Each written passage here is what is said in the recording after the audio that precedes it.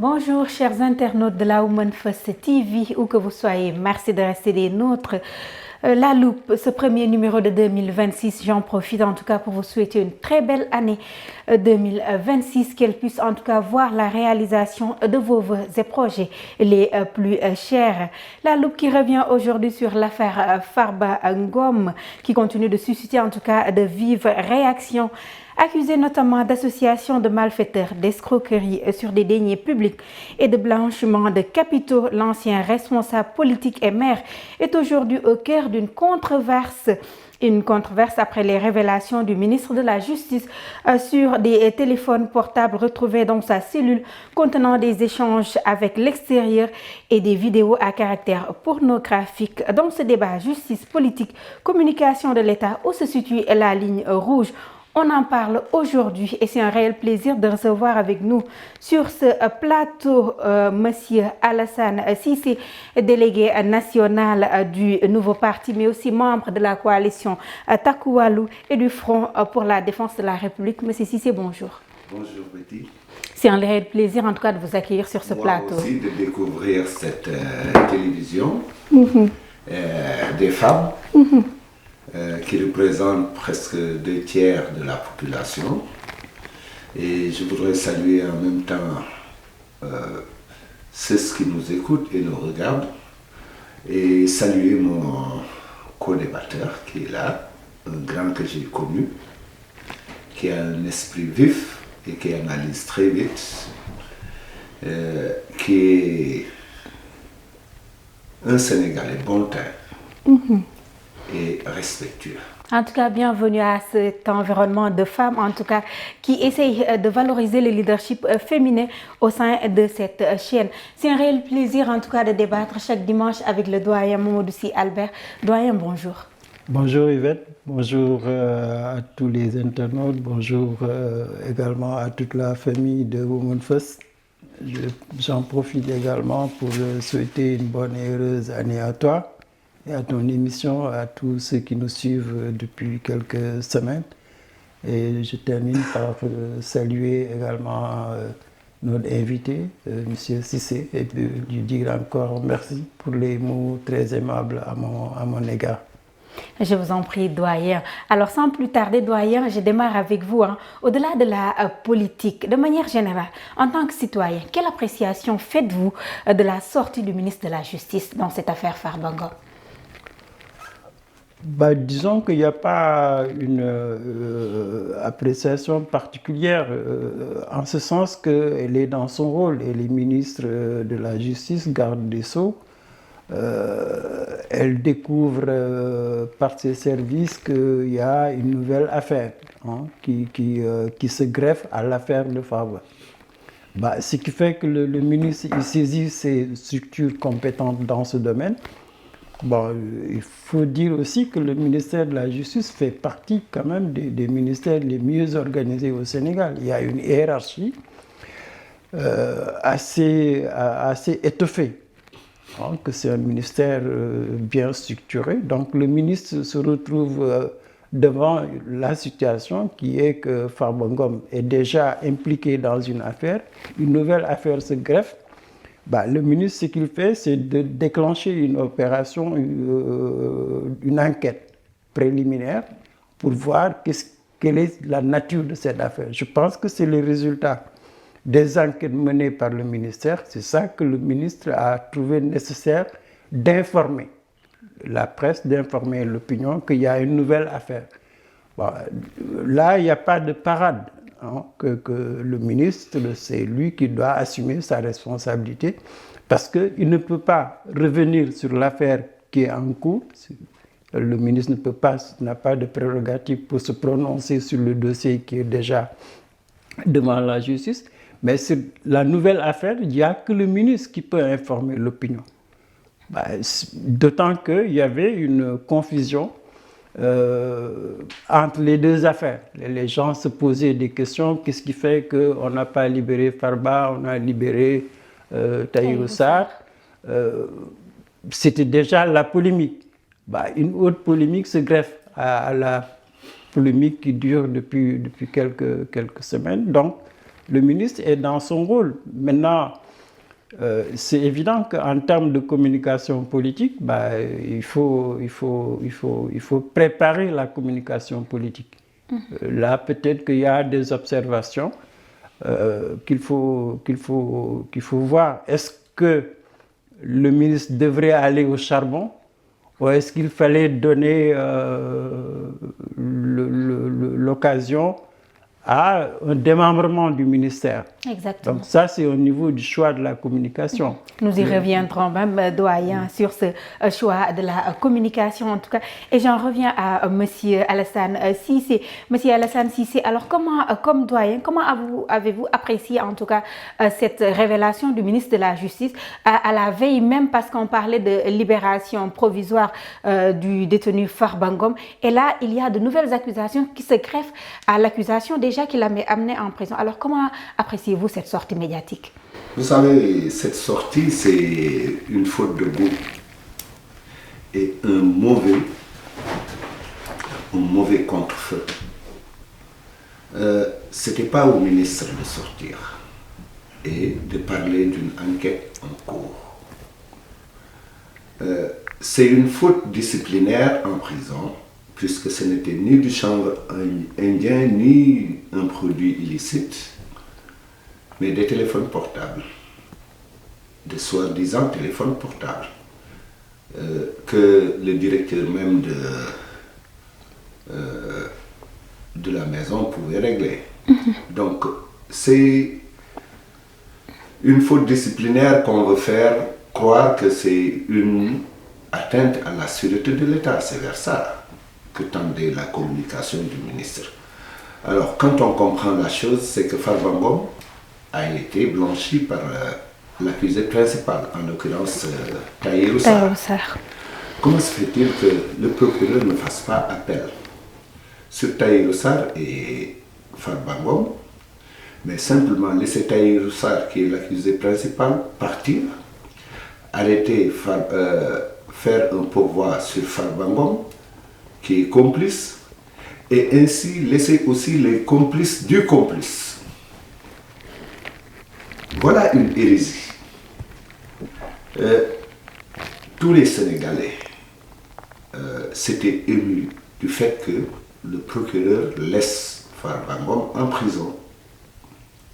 Alors, pour créer un contre-feu, on nous parle de téléphone portable, ce qui nécessitait 15 jours ou comme ça de cellules. De détention.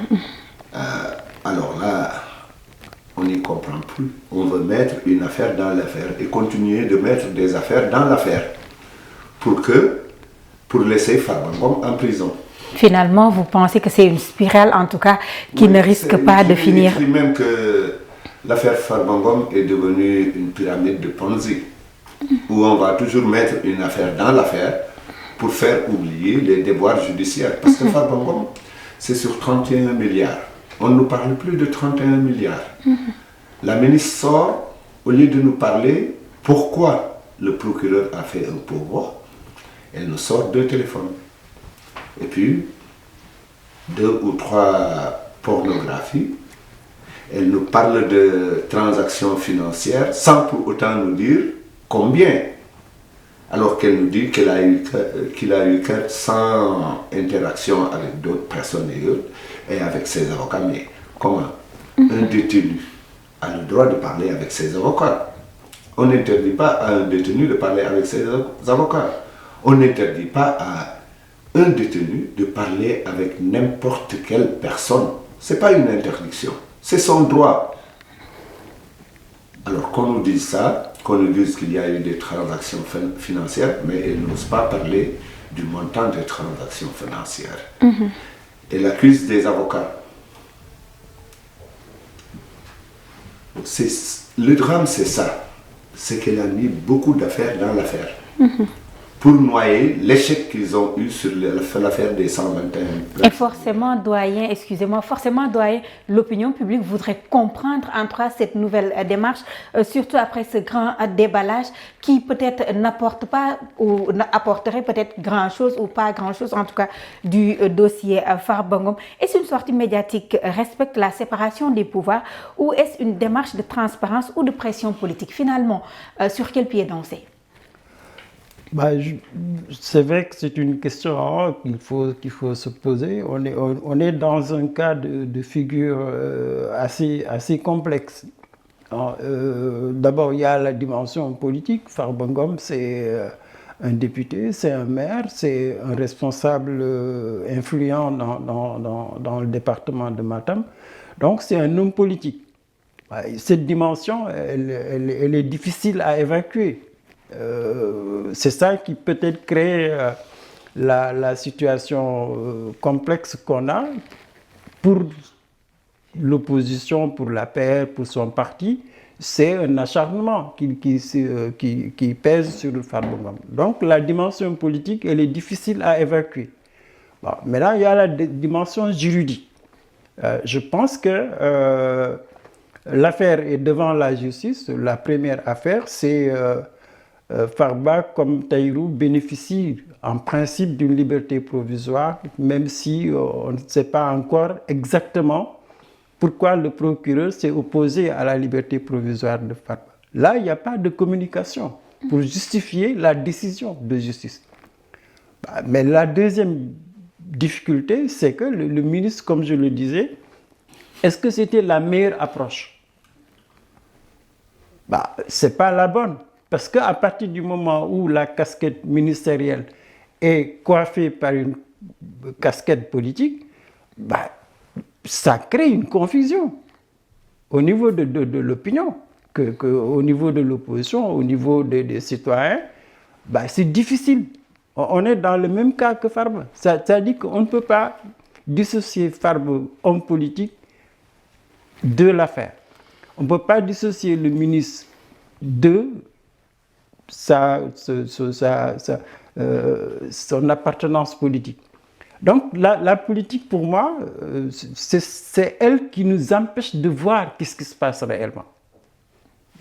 Ça, chacun a son opinion sur la question politique. Mais pour moi, il faut quand même éviter de réduire la justice à un instrument de manipulation de l'opinion. Pour moi, je refuse cette perception-là. Exactement. Il faut laisser l'affaire première de Farba se dérouler, aller jusqu'au bout, que l'État s'explique pourquoi le procureur s'est opposé. Mais deuxièmement, sur la nouvelle affaire, mais elle est très grave. Ce n'est pas une simple affaire. Pour moi, il n'a pas le droit d'avoir des portables personnels. Aucun prisonnier n'a le droit d'avoir un portable. Tu peux communiquer, c'est réglementé, que la communication, d'ailleurs, de tout détenu, elle est surveillée, elle est encadrée. Mais aucun détenu n'a le droit d'avoir ses portables. Ça, c'est un. Mais deuxièmement, le contenu, c'est ça qu'il faut être extrêmement vigilant pour ceux qui veulent défendre Farba. Parce que c'est le contenu, c'est le message qui va être déterminant. Et ça, pour avoir, je reviens sur le ministre, il fallait laisser les structures compétentes. Parce que c'est elles qui ont fait des investigations pour dire qu'il y a 2 portables, qu'il y a tel et tel message. C'est à eux d'informer, d'expliquer quel est le contenu. Exactement. Et je crois que là, c'est l'erreur de la communication, je pense, du ministre.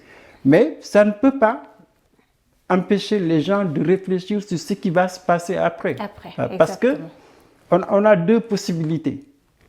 Soit le ministère mène son enquête pour faire un rapport sur la situation des portables et remettre ce rapport-là au ministère de la Justice. Le ministère de la Justice poursuit sa procédure normale. Ça, il ne faut pas perdre de vue cette dimension-là. Mais la deuxième dimension, c'est qu'à partir du moment où, dans la deuxième affaire, il faut la levée de l'immunité parlementaire, on risque de déclencher une commission d'investigation parlementaire. Effectivement. Donc là, le côté politique, c'est complexe, mais le côté judiciaire, il faut, en tout cas pour les avocats de Farba Ngom, il faut qu'ils essaient d'anticiper qu'il y aura une enquête administrative, c'est clair que le ministère ne peut pas ne pas faire une enquête administrative, mais si le ministre saisit, ou en tout cas le procureur de la République saisit l'Assemblée sur le cas de Farba Ngom, on risque non pas de lever son immunité parlementaire, mais on risque de déclencher la mise en place d'une commission d'enquête parlementaire. Et je pense que la machine judiciaire, déjà, elle est en marche, hein, puisqu'il y a déjà quelqu'un qui a été détenu en prison pour avoir en tout cas donné ses téléphones portables à monsieur Farba Ngom. Je rappelle que vous êtes sur Women First TV. Vous suivez votre émission La Loupe qui revient aujourd'hui sur l'affaire Farba Ngom suite au déballage du ministre de la Justice. Comme l'a dit tantôt Doyen, des accusations qui viennent se greffer aux anciennes accusations. Et nous accueillons sur ce plateau avec un immense plaisir monsieur Alassane Cissé, délégué national du nouveau parti, membre de la coalition Takku Wallu, mais aussi du Front pour la défense de la République. Alors, monsieur Cissé, vu la tournure que prennent ces choses maintenant, Farba Ngom est-il ciblé pour ses actes ou pour son poids politique? Parce que Doyen nous parle quand même d'accusations politiques, certes, à ne pas, en tout cas, à ne pas négliger, mais aussi il y a cette masse judiciaire qui doit éclairer la lanterne publique. Vous savez, l'affaire Farba a été toujours politique. Ce n'était pas judiciaire. Farba, le Premier ministre, l'a accusé à Agnam, disant que ça sera sa dernière sortie politique. Quelques jours après, on enclenche ce processus. Et ça veut dire que c'était des menaces qu'il ne fallait pas prendre à la légère. Voilà. C'est-à-dire que Farba a été condamné avant d'être mis devant la justice. Vous savez, il y a eu vice de forme. Parce qu'un prisonnier ou un prévenu, s'il a un portable, on doit le présenter devant le procureur. Ce n'est pas au ministre de sortir pour dire ce qu'il y a dans le portable. Et on ne peut pas ouvrir un portable sans la présence de la personne. C'est-à-dire que vous êtes en train de violer son intimité. Sans sa présence, sans la présence de ses avocats. Donc cette enquête est nulle dès le départ. Parce que c'est au procureur de diligenter une enquête, pas au ministre, qui est une autorité politique. C'est le procureur qui est directeur de l'enquête, qui est maître des poursuites. Alors comment un ministre peut sortir, révéler une enquête sans que le procureur ne soit au courant et qu'on présente le prévenu 2 jours après? C'est-à-dire que là, c'est une parodie de justice qu'on est en train de faire. Et le procureur a refusé et a fait retourner Farba au pavillon spécial sans charge. C'est-à-dire, il faut le dire. Parce qu'on ne peut pas mettre un procureur devant le fait accompli. La fouille a eu le 28, dit-on. Si le 29, on n'avait pas présenté Farba devant le procureur, c'est qu'on était en train de fabriquer des preuves. Parce que vous ne pouvez pas, le 28, 29, 30, 31, 1er, 2, 3, 6, vous présentez Farba. Et vous dites qu'il y a ça dans le téléphone. Ce qui est inadmissible en droit. Une autorité politique ne peut pas se substituer au procureur pour proférer des accusations contre un citoyen. Donc tout est politique dans cette histoire. Et j'ai même entendu ou j'ai lu dans les nouvelles que même le bâtonnier a autorisé ses avocats à parler sur cette affaire de 2 téléphones et à porter la réplique. Vous savez, doyen, si c'était le procureur qui s'était autosaisi pour faire l'enquête, le procureur allait demander au ministre de la Justice de saisir l'Assemblée, vu le statut de Farba Ngom, pour une nouvelle mise en accusation devant la Haute Cour de justice. Ça ne s'est pas fait. Ce n'est pas une commission d'enquête parlementaire qui doit siéger, non, c'est la Haute Cour de justice. Farba a un privilège de juridiction. puisqu'étant député, toujours député, son statut fait en sorte qu'il faut une nouvelle mise en accusation de l'Assemblée nationale.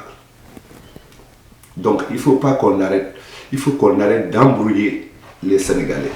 Parce que la sortie du ministre, tous les Sénégalais ont mis leur main dans leur bouche parce que ils ont vu un acharnement manifeste contre Farba Ngom. Ce n'est plus une affaire judiciaire, mais c'est une affaire politico-politicienne. Parce que Farba est un homme politique d'envergure et qui maîtrise sa région, où le pouvoir en place n'a aucune solution pour le faire sortir de là-bas. Peut-être aucune mise en tout cas, excusez-moi monsieur Cissé, sur ce territoire, ce grand territoire de Farba Ngom. Et j'en reviens à Doyen, au risque de vous répéter Doyen, comme l'a dit monsieur Cissé tantôt, finalement, on ose dire que la personne qui a communiqué, en tout cas le ministre qui a communiqué sur l'affaire Farba Ngom n'était pas la personne habilitée finalement pour communiquer. Et pourquoi finalement, vous parlez tantôt d'erreur de communication de sa part, pourquoi le ministre a-t-il jugé de communiquer en tout cas ces informations aussi sensibles telles que des vidéos à caractère pornographique, ce qui relève peut-être de la vie privée de la personne? Disons que le ministre ne fait pas d'enquête. C'est le procureur de la République. Le procureur de la République a été saisi par des sources étatiques. Le ministre, ce qu'il fait, il reçoit les résultats des enquêtes. C'est une fouille. Ben, la fouille, elle est administrative. C'est une structure du département pénitentiaire qui a fait une enquête pour dire que voilà, la fouille a donné les résultats que voici, les 2 portables. Si le ministre est revenu aussi sur les 2 portables pour dire que les enquêtes ont révélé pour le moment les résultats provisoires, donc le ministre ne fait pas l'enquête judiciaire. Doyen, le ministre s'est immiscé dans une enquête. Non, entendons-nous quand même, il n'y a aucun ministre capable de mener. Il y a toujours eu des fouilles et les prisonniers ont été présentés devant le procureur. Vous voyez, quand il s'agit... Qui a sanctionné l'agent pénitentiaire? Non, attends. L'agent pénitentiaire... Qui l'a sanctionné? Mais ce n'était pas le procureur. Donc, qui l'a sanctionné? Non, je dis, ce n'est pas le procureur. C'est-à-dire que dans cette histoire, si on parle de droit, le ministre n'a aucune place dans cette affaire. Voyez-vous, quand il s'agissait d'accuser Farba Ngom et autres, ce n'était pas le ministre qui parlait, le ministre était là, il n'a pas pipé mot, c'était le procureur général, le procureur financier et le procureur de Dakar, de la République, qui ont parlé de ces choses-là. Le ministre, en son temps, fût-il magistrat, n'a pas ouvert la bouche. La justice a ses règles qu'il faut respecter. Ce n'est pas un ministre qui est ministre de la Justice et vice-président de PASTEF de s'immiscer dans les affaires de la justice. Il y a la séparation des pouvoirs. Le pouvoir exécutif ne peut pas s'immiscer dans le pouvoir judiciaire. À vous entendre parler, monsieur Cissé, excusez-moi, à vous entendre parler, et ça veut dire que l'opposition ne fait pas confiance à l'indépendance de la justice dans ce dossier. Que si, on fait confiance à l'indépendance de la justice, puisque toutes les affaires qu'on a amenées devant la justice s'est terminé s'est terminé d'une façon très agréable. Cela veut dire qu'il n'avait rien en accusant les gens. Il n'avait absolument rien. Puisque à chaque fois qu'on présente quelqu'un devant les magistrats ont dit niet, il faut le laisser partir. Bon, tout le temps, le procureur fait un pourvoi pour qu'on laisse le gars en prison, mais les Sénégalais savent que cette affaire de détournement, cette affaire qui défrayait la chronique, s'est terminée comme une boule, parce que Farba n'est plus poursuivi pour 31 milliards. Mais Farba est poursuivi pour détention de 2 portables. Finalement, la montagne aurait accouché d'une souris. Non seulement d'une souris, mais même la montagne s'est affaissée. Et certainement, doit comprendre que un ministre de la Justice représente l'exécutif. Il ne représente pas la justice. La justice, si l'exécutif veut parler, c'est via son procureur, qui est un magistrat debout.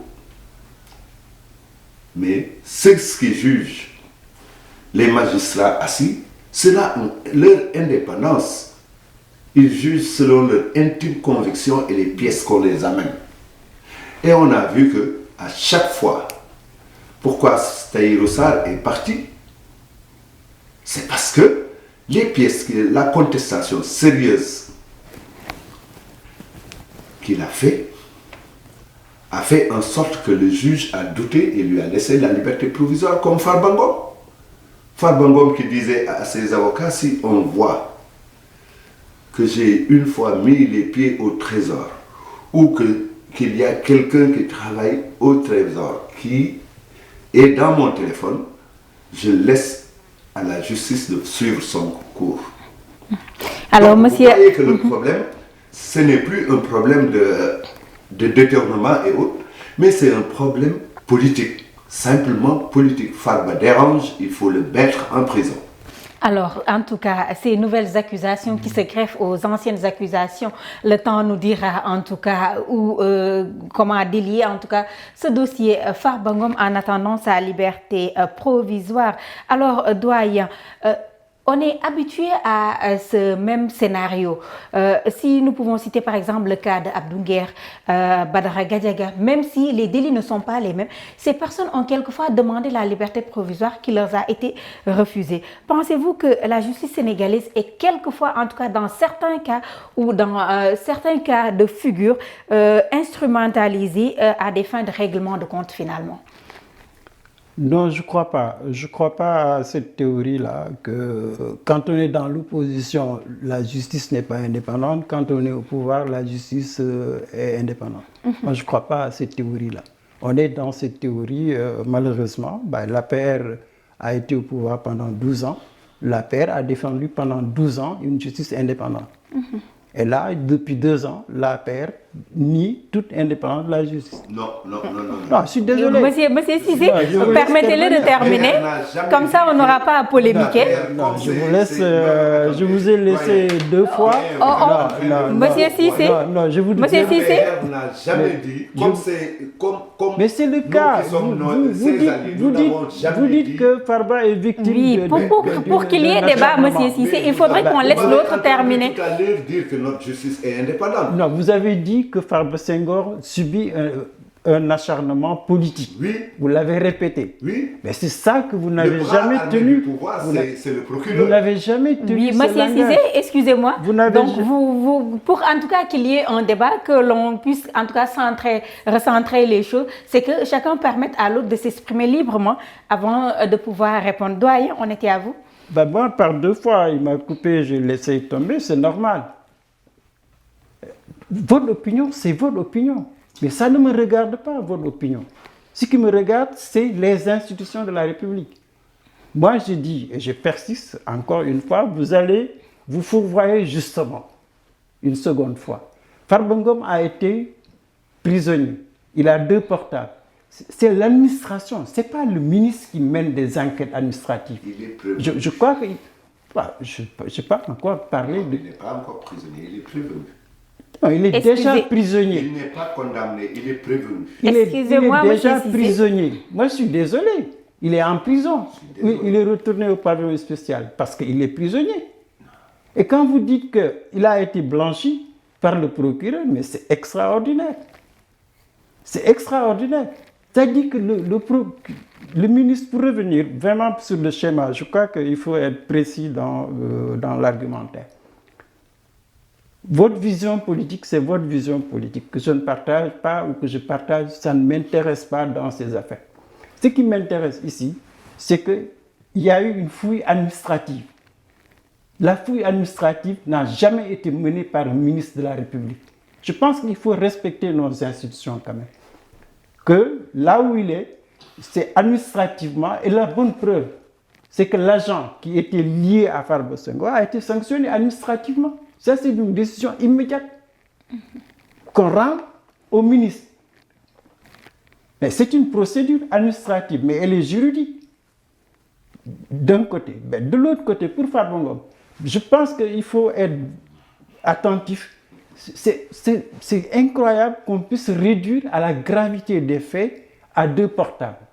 Je trouve que politiquement, c'est irresponsable. L'administration mène des enquêtes, on découvre des messages, il y a un contenu. Et vous voulez faire croire aux Sénégalais... Vous connaissez les contenus?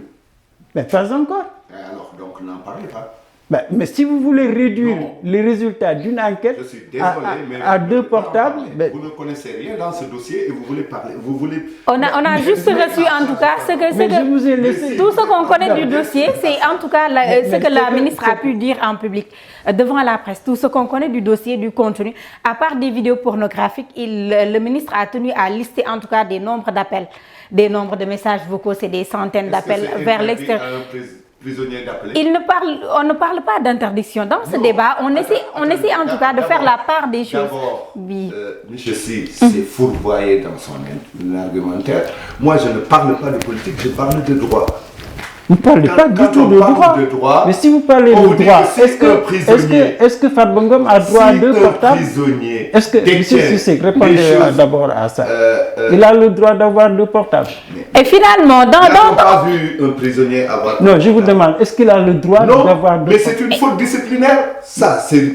Il n'y a rien de pénal. Pourquoi vous ne le dites pas? Il n'y a rien de pénal. Excusez-moi, monsieur. Je ne suis pas sûr que ces 2 portables appartiennent à Farba Ngom. Mais je vous dis que même s'il en avait 2 portables, c'est une faute disciplinaire. Ce n'est pas une faute pénale. Et qui se pourvoit? On se rappelle en tout cas de la présomption d'innocence jusque-là de Farba Ngom.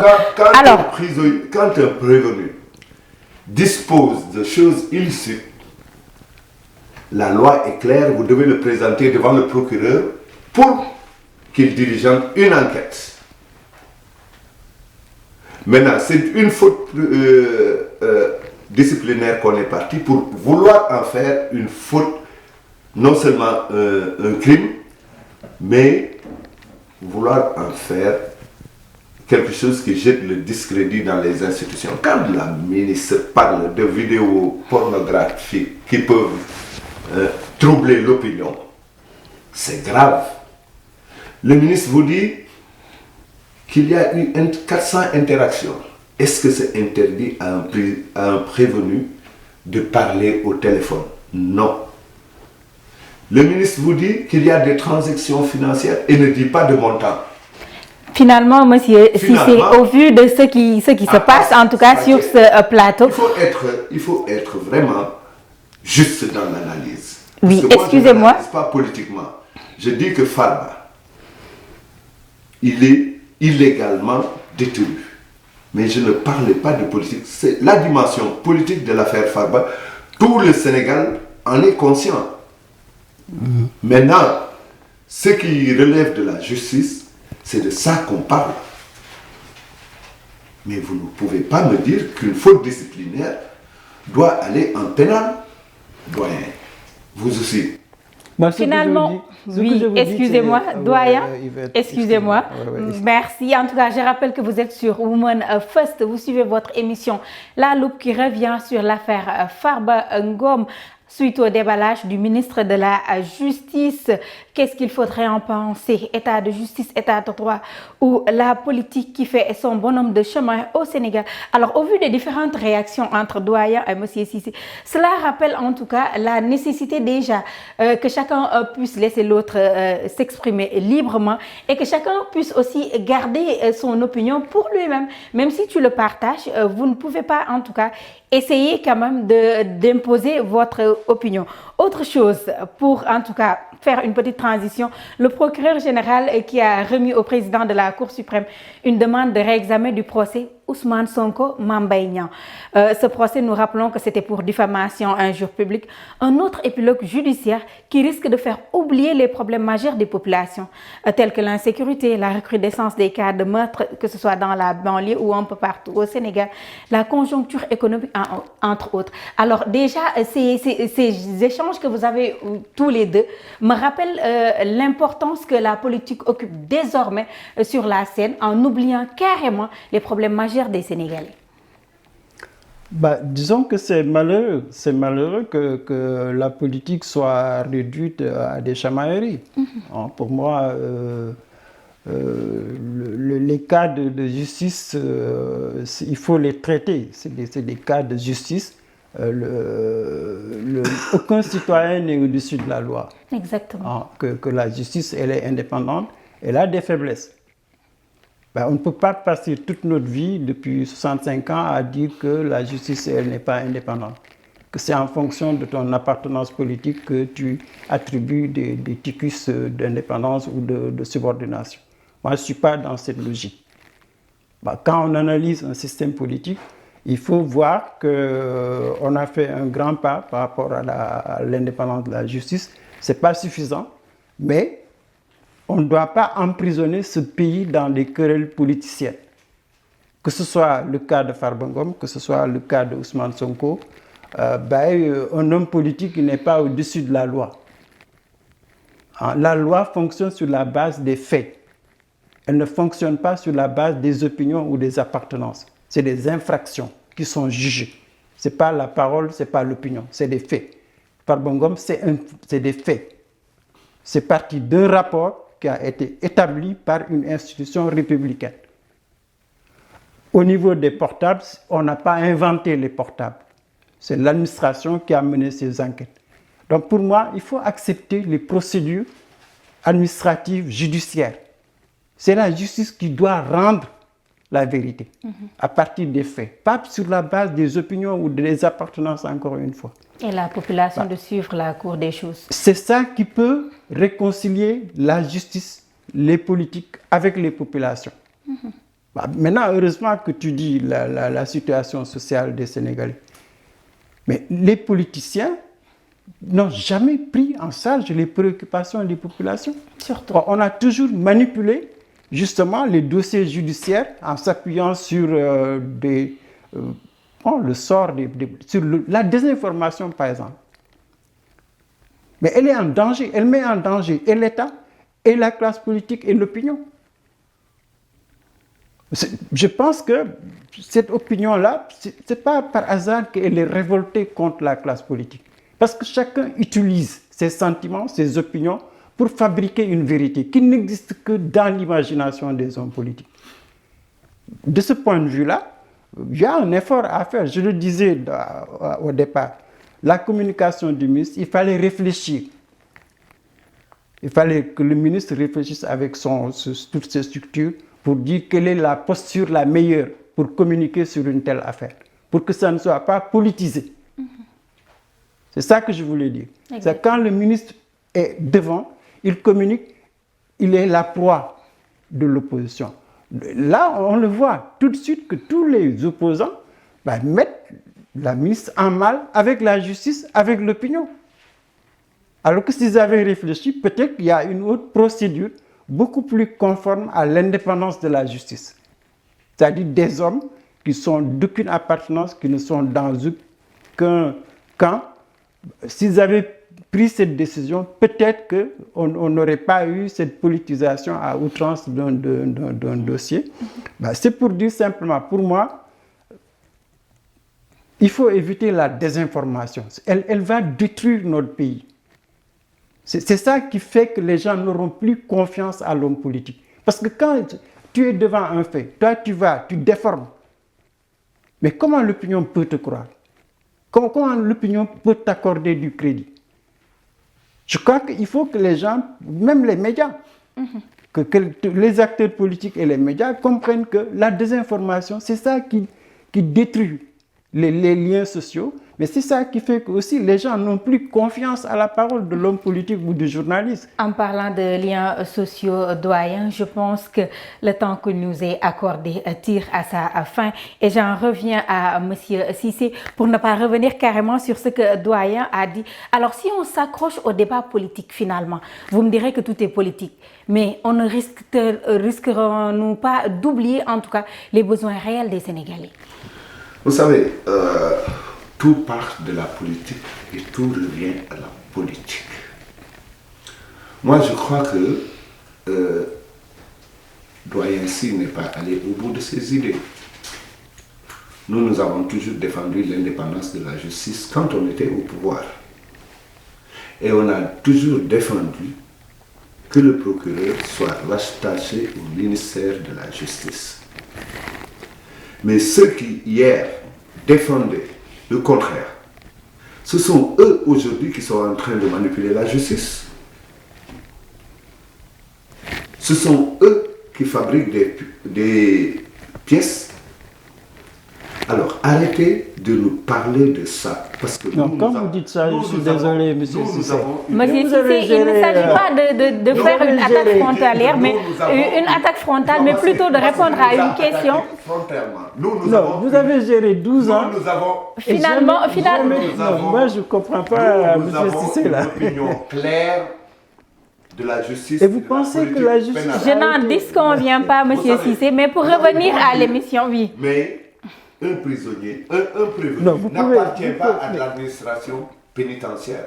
Comment le vous pouvez faire croire à quelqu'un? Donc s'il y a problème, c'est au procureur qu'il faut saisir. C'est ça la loi. Mais c'est ça Moi, je vous parle de loi.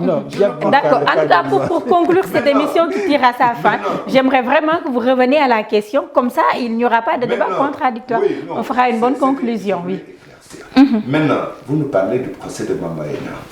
En matière de diffamation, le prévenu a 10 jours, c'est l'article 627, pour amener ses preuves. Vous ne pouvez pas attendre d'être condamné en première, un deuxième, un cassation et au rabat d'arrêt pour venir amener des preuves qui appartiennent, qui ne sont même pas valables. Vous savez, l'affaire Mamba Ena, c'est une diffamation. La diffamation concerne Mamba Ena, ça ne concerne pas le Prodac. Vous avez dit que Mamba Ena a pris 29 milliards, c'est Mamba Ena qui poursuit pour l'affaire des 29 milliards. Ce n'est pas l'affaire du Prodac. Le Prodac, c'est une autre chose. C'est que vous avez diffamé une personne. Donc on veut amener ça sur un terrain du Prodac qui n'en est pas un. L'affaire, c'est la diffamation. Et c'est pour la première fois que je vois qu'on demande la révision d'un procès en diffamation. On y reviendra en tout cas largement, peut-être dans un autre numéro de la loupe. Oui, je vous ai interpellé en tout cas sur les besoins réels des Sénégalais, si finalement tout tourne autour de la politique. D'abord, tantôt parler du procès Mamba Ena et après le besoin. Vous savez, ces gens ont été élus sur la base de promesses claires. Ils avaient dit qu'en 2 mois, ils feraient en sorte que le Sénégal soit le paradis. Peut-être les réalités du terrain les ont rattrapés. C'était juste une développée. Ils ne croyaient pas aux réalités du pouvoir. C'est ce qu'ils avaient dit, non? Maintenant, arrivés au pouvoir, ils se sont mis en face du peuple. Ils ne sont pas dans une dynamique de régler les problèmes des populations. Parce que vous ne pouvez pas leur promettre le paradis et après leur dire pour aller au paradis, il faut passer par l'enfer. L'enfer, ce sont les taxes, les impôts et autres. Serrez-vous la ceinture. Mais vous n'entendrez jamais, dans ce parti au pouvoir, les gens se disputer pour comment faire en sorte que les populations, les préoccupations des populations soient prises en charge. Mise en œuvre déjà dans les débats et prise en charge. Vous les entendez toujours se disputer sur 2029, alors qu'il ne reste qu'un an, pas 2 ans ni 3 ans. 2 ans sont partis. 2026, vous êtes c'est la seule année où ils peuvent travailler. 2027, c'est une année électorale. 2028, c'est une année préélectorale. 2029, ils n'ont que 2 mois là-bas. Ce sont les élections. Et pendant toutes ces 2 années, ils se querellent sur leurs propres problèmes, pas sur le problème des Sénégalais. Voilà en fait la situation que vivent les Sénégalais. Merci en tout cas, Monsieur Cissé. C'est un réel plaisir en tout cas de vous avoir accueilli sur ce plateau de la Loupe. Je rappelle que vous êtes délégué national du nouveau parti, mais aussi membre de la coalition Takku Wallu et du Front pour la défense de la République. Doyen, comme chaque dimanche, c'est un réel plaisir de partager ce plateau assez mouvementé aujourd'hui. Pour vous, nous avons traité le cas Farba Ngom, une affaire qui pose donc des questions majeures telles que l'indépendance de la justice, la communication de l'État, droit des détenus et confiance des citoyens. Le débat est loin d'être clos. D'ici là, portez-vous bien pour un autre numéro de la Loupe. Merci à vous, cher monsieur.